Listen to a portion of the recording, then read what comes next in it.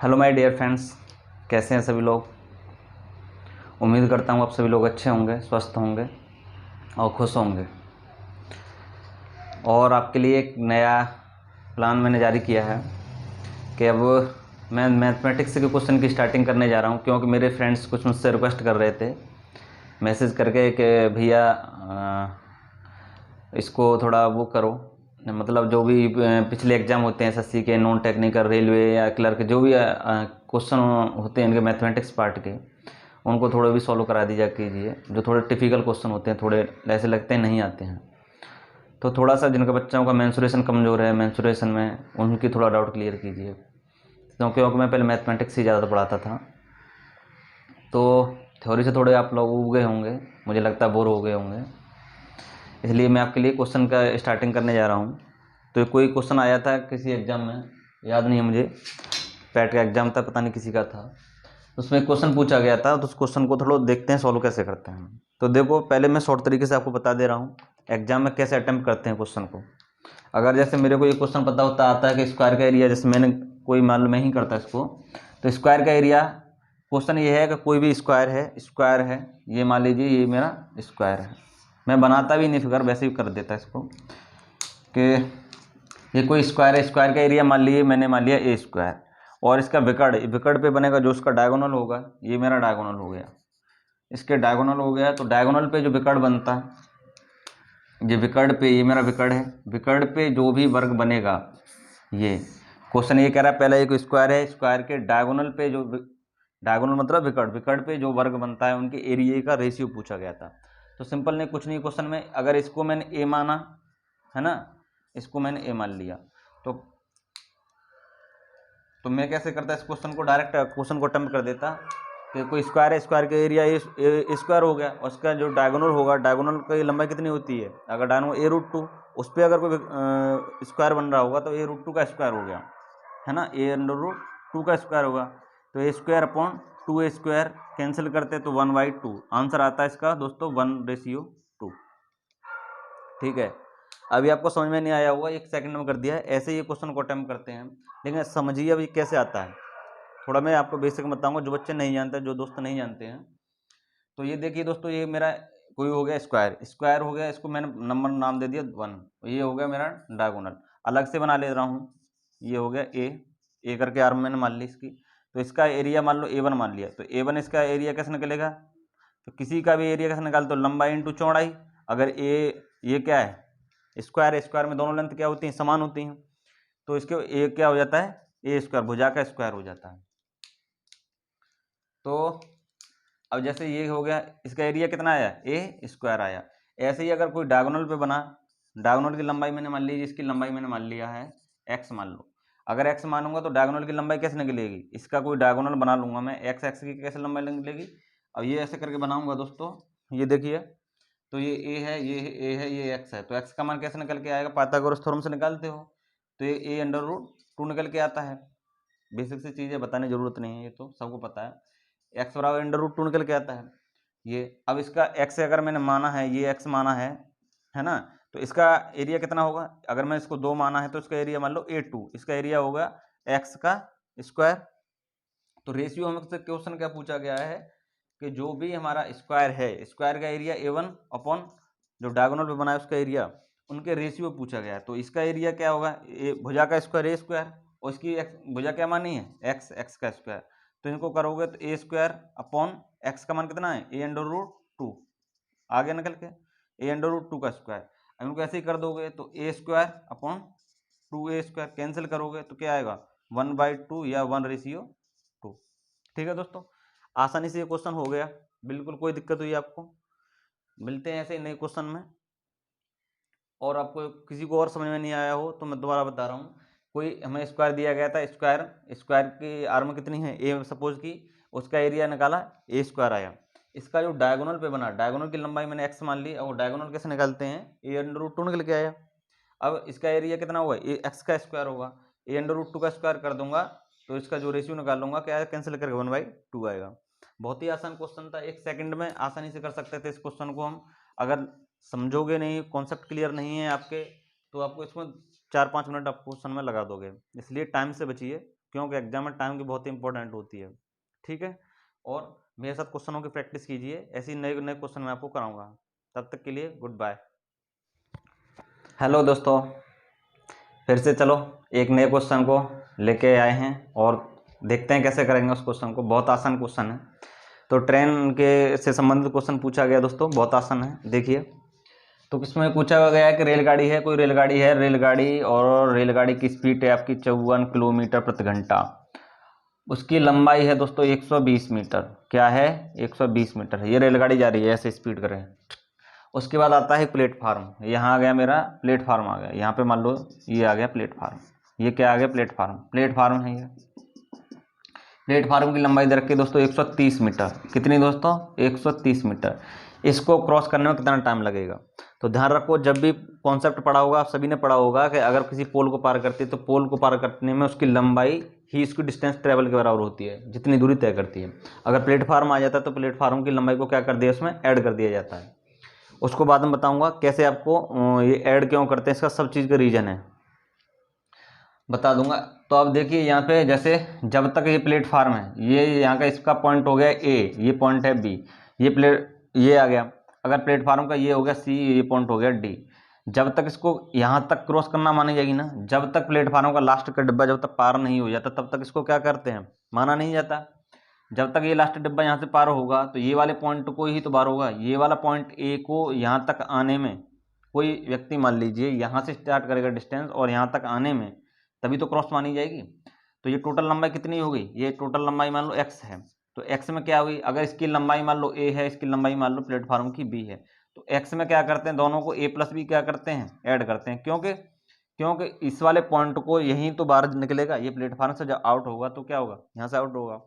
तो इसकी ट्रेवल की जो लंबाई होती है, उन दोनों को लंबाई को प्लेटफार्म की क्या कर दिया जाता है, ऐड कर दिया जाता है। अगर प्लेटफार्म अगर नहीं होता, पोल होता, तो पोल में क्या होता, अगर यहाँ से पोल होता, पोल से क्रॉस कर गई गाड़ी, तो केवल उसकी ए पॉइंट को यहाँ तक क्रॉस करने में अपने खुद की जो लंबाई होती है उससे उसको ही डिस्टेंस मान लिया जाता है। उसमें प्लेटफार्म को लंबाई को ऐड नहीं करते। प्लेटफार्म की लंबाई कब ऐड करेंगे? जब प्लेटफार्म की लंबाई उसने दी होगी कि हाँ प्लेटफार्म को क्रॉस कर रही है। तो ये आपको बेसिक चीज़ मैंने बताई, तो करने में कुछ नहीं था, मैं आपको समझा रहा हूँ थोड़ा सा। तो कोई करिए। चलो दोस्तों, कैसे करेंगे इस क्वेश्चन को।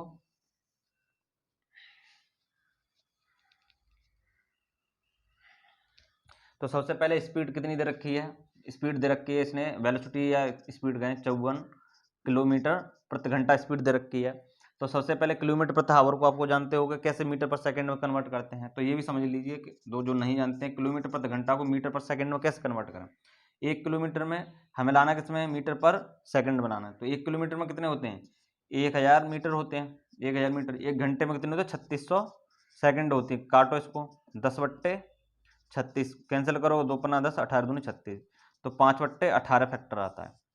1 किलोमीटर प्रति घंटा में 5 मीटर पर सेकंड में 5/18 से मल्टीप्लाई करते हैं। ठीक है, अब देखो, अब याद रखना ट्रिक को, किलोमीटर को मीटर में कन्वर्ट करना है तो 5/18 है, तो 5 कम है। अगर मीटर पर सेकंड को इसमें कन्वर्ट करना हो तो 18/5 का मल्टीप्लाई किया जाता है, उल्टा किया जाता है।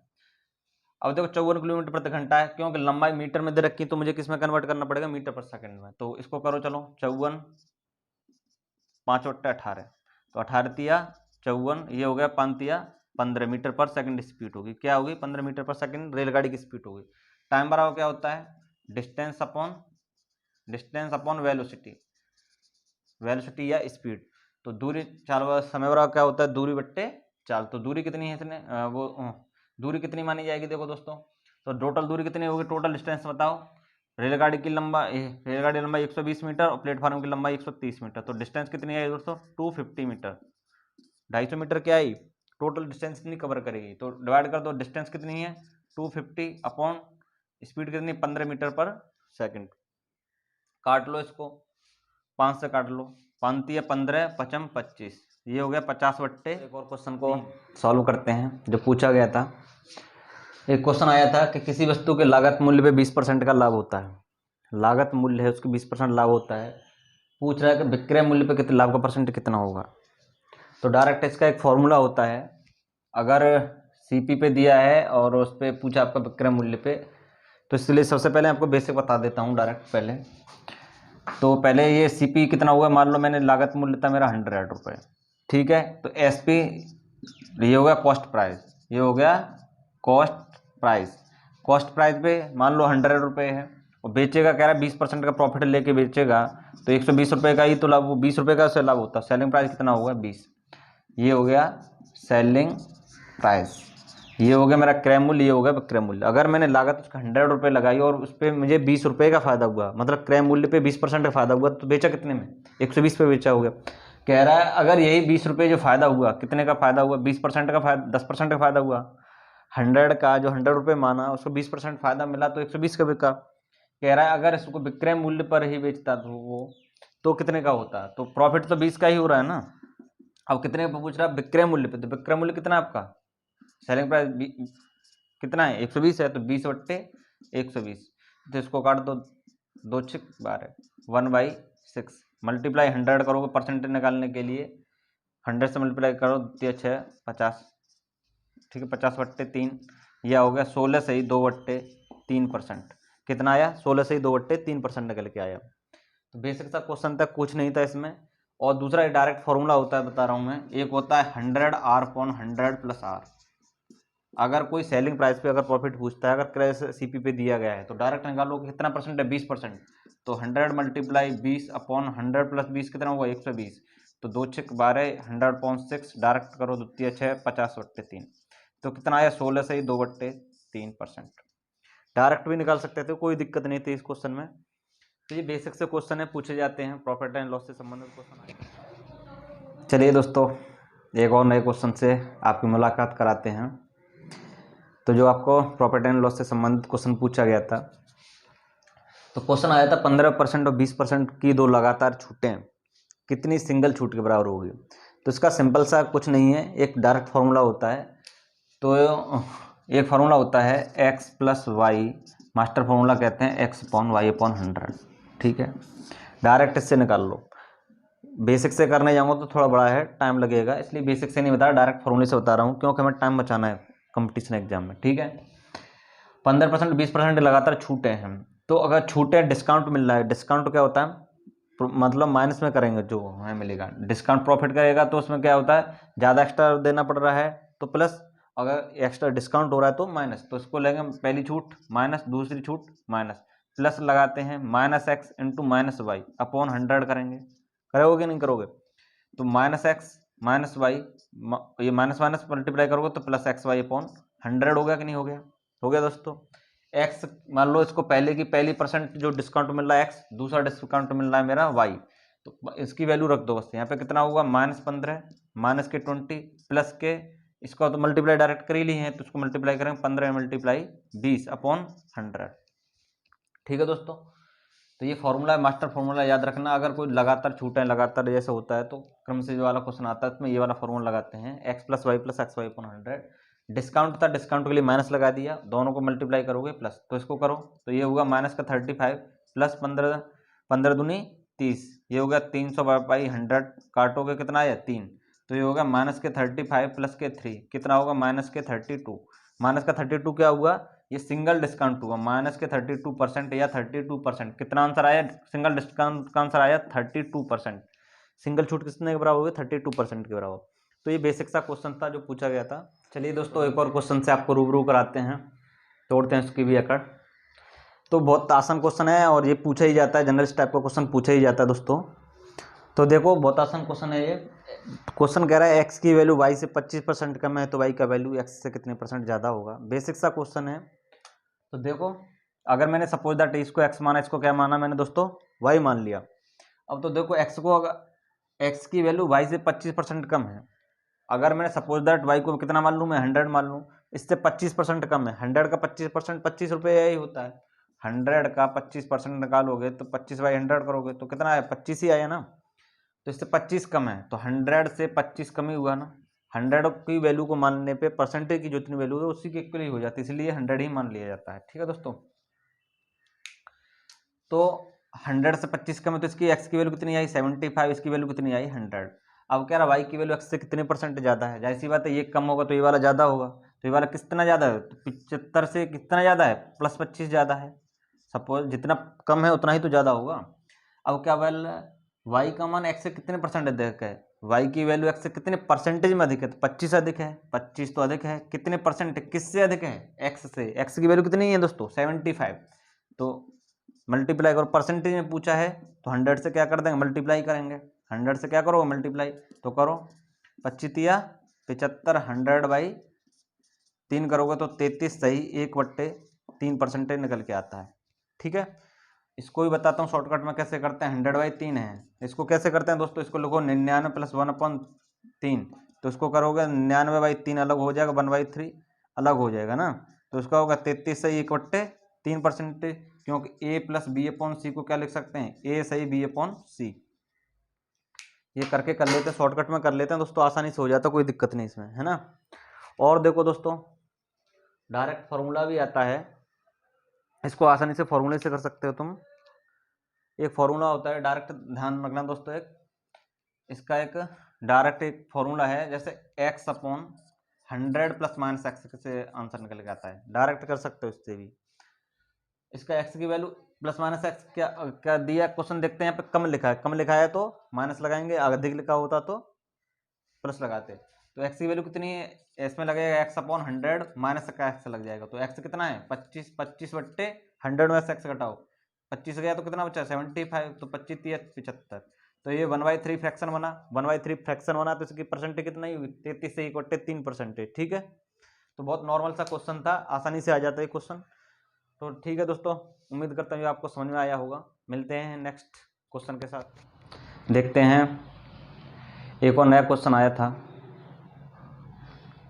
चलिए दोस्तों, एक और क्वेश्चन मैं आपको स्टार्टिंग करने जा रहा हूँ, जो मिक्सिंग से संबंधित क्वेश्चन आया है एग्जाम में, किस तरह से उसको अटेम्प्ट किया जाता है देखते हैं। चलो बिना देरी किए हुए, बहुत अच्छा क्वेश्चन है, जैसे क्वेश्चन 100% श्योर पूछे जाते हैं, जितने भी मैं यहाँ पे क्वेश्चन करा रहा हूँ पूछे गए हैं हर एग्जाम में, और रिपीट भी होते हैं, इसलिए जो क्वेश्चन करा रहा हूँ उनको अच्छे से ध्यान से समझिए।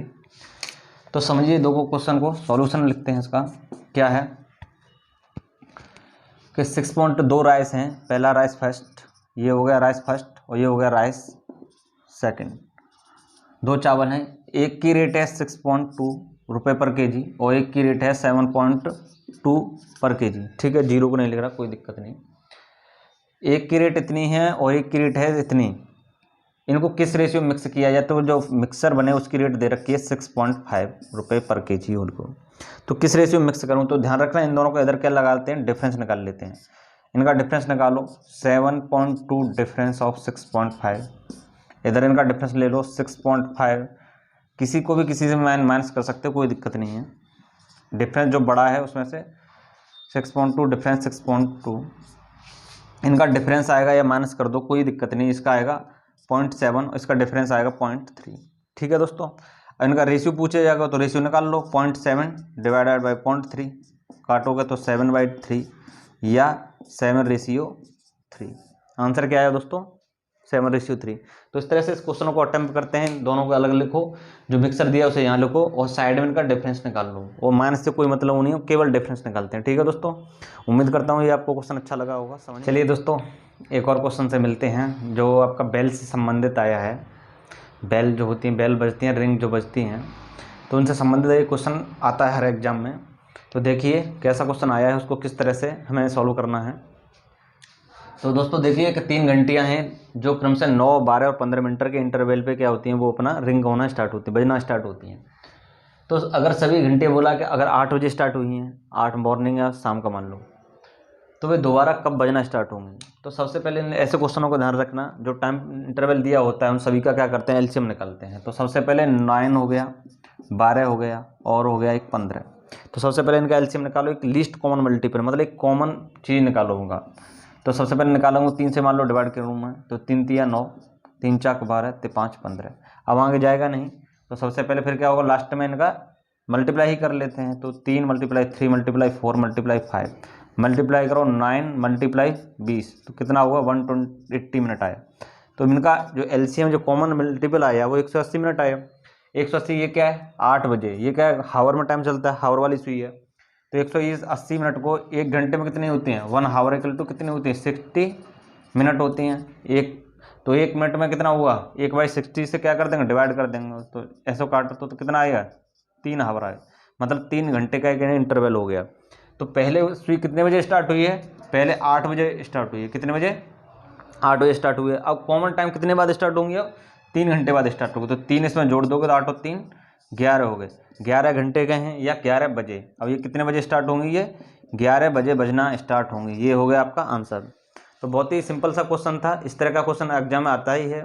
तो उम्मीद करता हूँ दोस्तों आपको समझ में आया होगा। मिलते हैं नए क्वेश्चन के लिए फ्रेंड्स।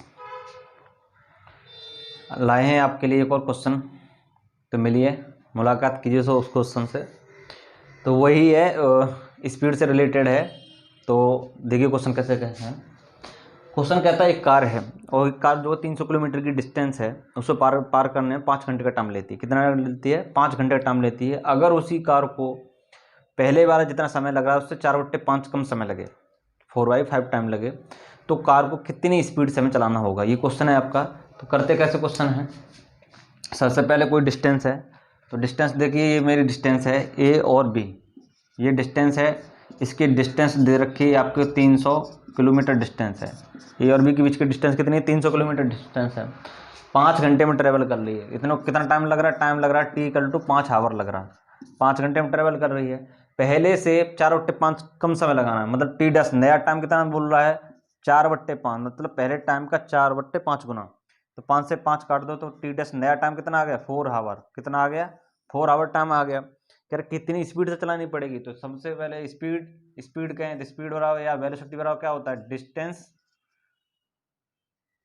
क्या होता है? डिस्टेंस अपॉन टाइम होता है। नया टाइम कितना होगा? T' time. डिस्टेंस तो वही है, तो 300 किलोमीटर अपॉन डिवाइडेड बाई 4।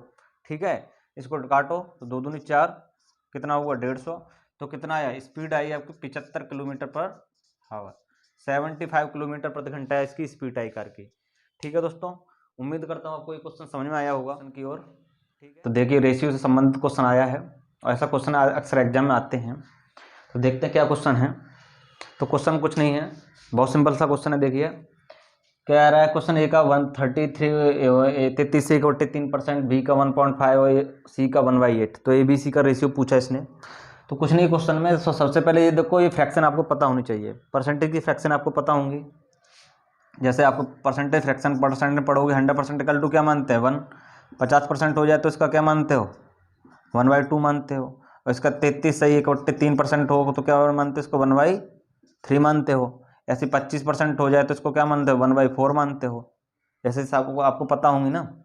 कैसे निकालते हो? तो पता है आपको 33 सही 1/3 है, तो क्या करोगे? 33 है 99 और 100, 100/3 करोगे। आता है कि नहीं आता? इसको 100 से परसेंटेज निकालोगे तो 1/3 फ्रैक्शन आता है इसका। ठीक है, उससे ज़्यादा बताने की जरूरत नहीं है, सब जानते हैं। अब देखो क्वेश्चन कैसे करना है। तो ये का होता है, का मतलब होता है मल्टीप्लाई। तो ए का 33% का फ्रैक्शन निकालो तो फ्रैक्शन आ गया 1/3%, 1/3 आया। बी का 1.5, तो बी का 1.5 का क्या मतलब है दोस्तों? 1.5 का मतलब है ये 3/2, 3 का हाफ कर दूंगा तभी तो 1.5 आएगा। और सी का मल्टीप्लाई 1/8, सी का मल्टीप्लाई हो गया 1/8 होगा आपका। ठीक है, अब देखिए दोस्तों, अब सी का 1/8, इसको अब क्या कर सकते हैं हम? ऐसे करके अब क्या करो, इसको मैंने मान लिया ये हो गया A/3 हो गया मेरा, ये होगा 3B/2 हो गया बराबर C/8 हो गया। ठीक है, तो कैसे कर सकता हूँ दोस्तों? इसके नीचे में ऐसे मान लो, या इसको सपोज दैट इसको मैंने एक यूनिट मान लिया। क्या मान लिया? एक यूनिट मान लिया। एक यूनिट को इधर मैं क्या कर दूंगा, अगर इसका डिवीजन रेशियो निकालूंगा कैसे आएगा? A/B/C बराबर कितना आएगा देखो, तो ये आएगा 3 डिवाइडेड बाई 2/3, उल्टा हो जाएगा, ये हो जाएगा 8। इस रेशियो में आएगा मेरा। 1 से अगर मल्टीप्लाई करता जाऊँगा, एक एक को A/3 को लूँगा, है ना, A/3 को पकड़ूंगा और इसको 1 के बराबर करूँगा मैं। ऐसे करके जो A की वैल्यू आएगी, B की वैल्यू आएगी, C की वैल्यू आएगी, जो रेशियो में चलेगी। अब देखो मुझे नीचे से 3 हटाना है, तो 3 नीचे हटाना है तो 3 का ऊपर मल्टीप्लाई करना पड़ेगा ना। तो 3 × 3 ऊपर कर दो, है ना। रेशियो 2/3 मल्टीप्लाई ऊपर कर लो और 8 × 3 ऊपर रेशियो कर लो। ठीक है, ऊपर सब में 3 से डिवाइड कर दिया मैंने, तो 3 यहाँ पे नीचे था, 3 से 3 कटा, कितना आया ये 9/2/24। ठीक है, तो ये आपका रेशियो का आंसर आ गया। किसका? A/B/C। उम्मीद करता हूँ आपको ये दोस्तों ये जो रेशियो का ये टॉपिक है ये आपको समझ में आया होगा। चलिए दोस्तों, एक और क्वेश्चन की तरफ आपको ले चलते हैं। और ऐसे क्वेश्चन जो है यूनिट डिजिट से संबंधित क्वेश्चन आता है एग्जाम में, तो उसको किस तरह से हमें हैंडल करना है, तो किस तरह से आपको सॉल्व करना है। तो देखिए, कुछ क्वेश्चन को बहुत आसान तरीके से बताऊंगा। तो पहले तो यूनिट डिजिट की एक थोड़ी सी हिंट दे रहा हूँ मैं, कि थोड़ा नियम समझ लो उसका, कि कोई भी अगर 1 आ जाए, 1 की पावर कितनी भी हो, चाहे इवन पावर हो चाहे ऑड पावर हो, तो उसका यूनिट डिजिट 1 ही रहेगा। 1 का कितनी बार मल्टीप्लाई करो 1 ही रहेगा। अगर कोई 4n सीरीज है, 4n सीरीज का मतलब 4 × n मल्टीप्लाई है, तो उसको हटा देते हैं, ठीक है। उसके पावर जो शेष रहती है उसको 4n + 1 है, कोई 4n + x है, तो 4n वाली को पावर को हटा देंगे, x को लिख लेंगे। नहीं समझ आए होंगे आपको, एग्जाम्पल से समझिए। जैसे मैंने लिखा, जैसे 12 की पावर 5 है, ठीक है, 12 की पावर 5 है, तो ऐसे कैसे करेंगे इसको, देखो। जैसे मैंने लिखा 12 की पावर 12 की पावर 5, तो इसको कैसे करेंगे, 12 × 12 × 12, 5 बार लिखोगे, इसको लिखोगे नहीं लिखोगे, ठीक है। 3 और 2 5 हो गया। तो मैंने कैसे बताया इसको, देखो ये मैंने बता रहा हूँ, कोशिश कर रहा हूँ आपको ये समझिए। जैसे 12 की पावर 4, इसको कैसे लिख सकते, 12 की पावर 4 + 1 लिख सकते, 4 + 1, तो 12 की पावर 4 × 12 की पावर 1, ठीक है। तो मैं कह रहा हूँ इस 12 की पावर 4 जो है इसको हटा दो रास्ते से, जो शेष हो जाए उसको लिख लेते हैं। फिर 12 की पावर कितना वो बचा 1, तो 12 का मान 1, तो लास्ट डिजिट यूनिट कितनी आई, 2 आई इसकी। 12 जो बचा उसको ही शेष लिखते हैं, उसी की यूनिट डिजिट लेते हैं। और जो 12 की पावर 4 या किसी भी की पावर अगर 4n सीरीज है तो उसको हटा देते हैं। क्यों हटा देते हैं ये समझिए। देखो 12 की पावर 5 लिखा, तो 5 अगर मैंने 4 बार लिया इतना, देखो तो कितना आएगा यूनिट डिजिट लो, तो 2 यहाँ से 2 लिया, यहाँ से 2 लिया, यहाँ से 2 लिया, तो 2 दूनी 4, दूनी 8, दूनी 16, 16 की यूनिट डिजिट कितनी आई, 16 की 6 आई। और लास्ट डिजिट इसकी कितनी है, ये 12 है, तो 6 दूना 12, तब भी यूनिट डिजिट कितनी आई 2, तो तब भी आंसर 2 आ रहा है, तब भी आंसर 2 आ रहा है। तो इससे 4n जो सीरीज है इसको हटा दो, कोई दिक्कत नहीं है ना। तो ये 4n जो सीरीज है उसको हटा देते हैं, जो लास्ट वाला बचता है और जो शेष उसकी पावर लिखती है उसको लिख लेते हैं। इसी बेस पे इस क्वेश्चन को दिया गया है, कैसे करते हैं सॉल्व, देखो। तो ये ऐसे ही करके देखो कि ये है 430, 87, 245। अब देखो 245 क्या 4n की सीरीज है, तो चेक कैसे करेंगे। 245 को 4 से डिवाइड करके देख लो, 2 से डिवाइड करके देखेंगे, 4 से डिवाइड करना, 4 की सीरीज बनानी है, 4 का 24 कैंसिल हो गया। अब बचा आपका 5, 5 होता 4 × 4, फिर भी एक शेष बच रहा है, मतलब 61 बार मल्टीप्लाई 4 तो है, प्लस 1 एक्स्ट्रा है इसमें। तो कैसे लिखेंगे इसे, 438 मल्टीप्लाई 4 × कितना हो रहा 61 प्लस के 1 एक बार हो जाएगा और गया, ये गया 61, वो लिखते हो भाज्य बराबर भाजफल इंटू शेषफल लिखते हो कि नहीं, भाजक बराबर भाजक गुणा भागफल प्लस शेषफल। ऐसे ही इसको 4n इसको मल्टीप्लाई कर देंगे और इसको एक शेष है, तो इसको ऐसे लिखते हो, ये वाला जो पोर्शन है ये 4 × n सीरीज बन गया, तो इसको क्या करेंगे हटा देंगे। तो इसका जो लास्ट डिजिट है, यूनिट डिजिट निकालना है हम, तो यूनिट डिजिट इसकी कितनी है 7, और इसको कैंसिल कर देंगे, इसको क्या करेंगे हटा देंगे, तो इसके पावर शेष कितना रह गया, यहाँ पे 1 रह गया, इसको 1 लिख लेंगे, है ना। और इसकी यूनिट डिजिट कितनी है, यहाँ पे 1 है, 1 की पावर कितनी हो उसका मान 1 ही रहेगा, इसकी यूनिट डिजिट 1, तो इसको यहाँ पे 1 ही लिखेंगे। तो समझ में आया होगा। समझिए दोस्तों कि यहाँ पे कितना 8 7 है, यहाँ पे 7 है और यहाँ पे क्या है 4, तो यहाँ पे 4 × n सीरीज है बना लेंगे। तो 4n वाले को हटा दो, पावर शेष कितनी होती है 1, तो 1 पावर को यहाँ पे उतार लेंगे। तो यहाँ पे 7 की पावर 1, 7 की यूनिट डिजिट तो 7 ही रहेगी, 7 से मल्टीप्लाई करेंगे 7, तो इस क्वेश्चन का आंसर आएगा 7। तो इसकी जो यूनिट डिजिट हुई कितनी हुई दोस्तों 7 हुई। तो उम्मीद करता हूँ आपको ये यूनिट डिजिट निकालना आपको समझ में आएगा। चलिए दोस्तों, एक और क्वेश्चन जो आपका वेट कर रहा है, देखिए कैसे करते हैं इस क्वेश्चन को।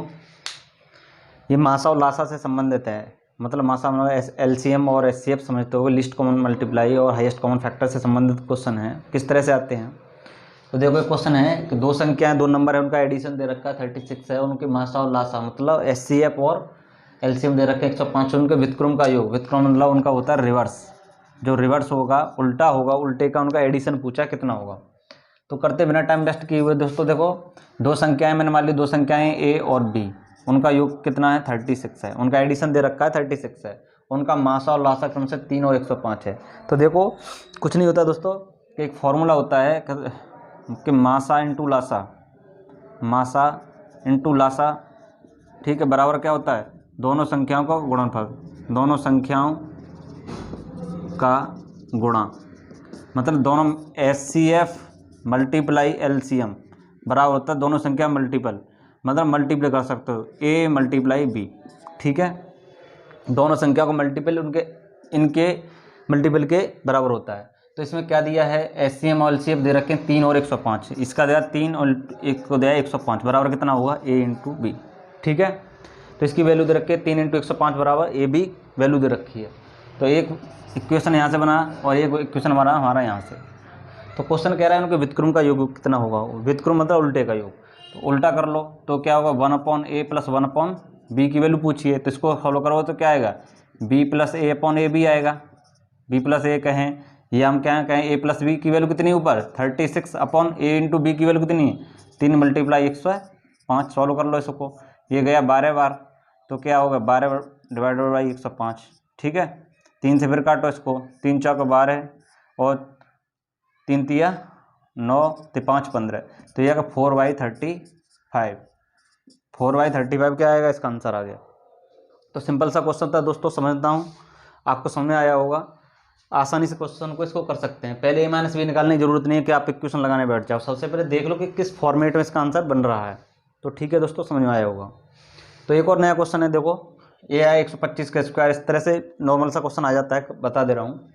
तो सबसे पहले इनको सॉल्व करते जाओ। 125 है, 125 मल्टीप्लाई 125 लिख लिया, भागत का उल्टा मल्टीप्लाई में कर सकते हैं। भाग को अगर मल्टीप्लाई कन्वर्ट करना है तो इसको क्या होगा 1/50, इसका अंतर तो 20 है ऊपर, ठीक है। भाग को फिर मल्टीप्लाई करना है तो उसको अपोजिट से मल्टीप्लाई कर देते हैं, ठीक है दोस्तों, आगे समझें। अब इनको कैंसिल कर दो, 25 पंजे 125 5 बार गया और 5 धाम 10 बार गया, 0 से 0 खत्म हो जाएगा। 125 का 2 से मल्टीप्लाई करोगे तो आएगा आंसर इसका 250, ठीक है। तो इस तरह के से भी क्वेश्चन आपको आते हैं, उम्मीद करता हूँ ये आपको समझ में आया होगा बिल्कुल, ठीक है दोस्तों। मिलते हैं फिर एक और नए क्वेश्चन में।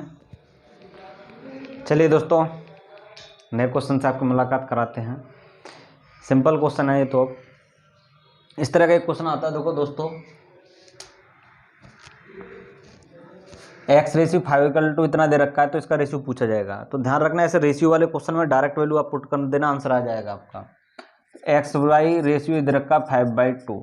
अगर मैं मानने के लिए इसको मैं के भी कांस्टेंट मान सकता था तो एक्स की वैल्यू हो जाती। यहाँ पे अगर ये रेशियो नहीं होता, कुछ भी होता, अगर कोई फंक्शन बना के देता तब भी निकाल सकते थे इसको, है ना। तो एक्स की वैल्यू कल निकलते आती 5 के मान लेते, वाई की वैल्यू मान लेते, यहाँ पे इसको 2 के निकल के आती, ठीक है। तो ऐसे करके वैल्यू आप मान सकते थे, है ना। ऐसे एक्स का 5 बराबर वाई का रेशियो नीचे 2 बराबर के कांस्टेंट, कैसे भी करके मान सकते थे आप। तो ऐसे करके वैल्यू निकल सकती थी। तो मैं आपको सजेस्ट नहीं करूँगा कि इसमें के करके रखो, डायरेक्ट भी वैल्यू पुट कर सकते हो आप। जैसे इसको रेशियो निकालोगे तो ये हो गए 8 इंटू एक्स की वैल्यू डायरेक्ट रख दो, या डायरेक्ट ही रख दो, इसमें के कांस्टेंट को डिवाइड करोगे तो वो कट ही जाएगा। तो एक्स की जगह 5 रख दो, प्लस 9 इंटू वाई की जगह आपको 2 रख दो, ठीक है। Divide 8x plus 2y, 8 into x की वैल्यू 5 प्लस 2 इंटू 2 रख दो, है ना। तो इसको रखो का 8 40 प्लस 9 दूनी 18 डिवाइड बाय 40 प्लस 4, तो करोगे कितना आ गया 58 डिवाइडेड 44, काटो इसको, ये आ गया 29 डिवाइडेड 22। तो इस तरह के क्वेश्चनों में डायरेक्ट आप रेशियो वाले जो क्वेश्चन हो, जैसे रेशियो वाला है तो रेशियो वाले में डायरेक्ट वैल्यू पुट कर दो आप, एक्स की जगह 5 और वाई की जगह 2, डायरेक्ट वैल्यू पुट कर सकते हो। अगर इसकी जगह कोई और होता, है ना, और दूसरे तरीके से भी सॉल्व कर सकते थे। अगर y से डिवाइड दे दूँ तो ये क्या होगा 8x वाई प्लस के 9 upon 8x upon Y plus के 2, ठीक है दोस्तों। ऐसे भी कर सकते थे आप, एक्स वाई से डिवाइड करके x अपॉन वाई का मान रख देते, यहाँ से 5/2 5/2 इसमें रख दो, तब भी आंसर आपका आ जाएगा। या इसमें अगर कोई अलग टाइप का क्वेश्चन होता, यहाँ पे x² वाई स्क्वायर दे देता, या x माइनस वाई कोई भी टर्म दे देता, तो आप इस तरह से क्वेश्चन करते कि x की जगह कोई कांस्टेंट के मान लेते, तब इसका 5 और 2 के मान करके आंसर रखते तो सॉल्व कर सकते थे। लेकिन इस क्वेश्चन में क्योंकि ये रेशियो लगा हुआ है, तो रेशियो वाले क्वेश्चन में आप डायरेक्ट वैल्यू पुट कीजिए। जैसे वैल्यू दे रखी है x की 5 वाई की 2, डायरेक्ट पुट करोगे आपका आंसर आ जाएगा, ठीक है दोस्तों। उम्मीद करता हूँ आपको ये समझ में आया होगा। और एक और नया क्वेश्चन है आपका, ये छोटा सा क्वेश्चन है, ये तो बहुत सिंपल क्वेश्चन है, लेकिन आपको बता रहा हूँ कैसे करना है। तो ऐसे मत कर जाना कि 25 बड़े 100 या 20 बाई 100 करने बैठ जाओ, ठीक है, ऐसे करने बैठ जाओगे। फ्रैक्शन याद होनी चाहिए, 25% की फ्रैक्शन कितने के बराबर होती है, 1/4 के बराबर होती है। 20% फ्रैक्शन 1/5 के बराबर होती है। ठीक है, तो इसको कर दो, यहाँ से 5 से काटोगे तो कितना बार कटेगा, ये 4 पन्ना, ये हो गया 300 डिवाइड 5 पन्ना 20, काटोगे तो आएगा, इसका अंतर आ गया 15। ठीक है दोस्तों, है ना। अब देखो, अगर ऐसे ये डायरेक्ट फ्रैक्शन पता हो तो आप आसानी से कर सकते हैं, नहीं तो क्या करने बैठ जाओगे, इधर बैठोगे 300 का 25%, हाँ 25% हटाओगे 100 करोगे, 20% 20/100 करोगे कि नहीं करोगे। तो इस तरह से बचना है कैलकुलेशन से, कैंसिल करोगे 25 या 75, ठीक है, और यहाँ से काटोगे 2/100 10 करोगे, 2 पन्ना 10 और 15 पन्ना 75। तो इस करने से बेहतर ये है कि आप डायरेक्ट फ्रैक्शन आपको पता है तो डायरेक्ट आप फ्रैक्शन से कर सकते हैं। ठीक है, तो उम्मीद करता हूँ ये वीडियो आपको अच्छे से पसंद आई होगी। लाइक करना इस वीडियो को, क्योंकि आपके लिए बहुत मेहनत कर रहा हूँ मैं। ऐसे ही आपके लिए नई नई वीडियो आपके लिए बनाता रहूँगा मैं, और अपने दोस्तों में इसको शेयर ज़रूर कीजिए, और चैनल को सब्सक्राइब करना मत भूलिए दोस्तों।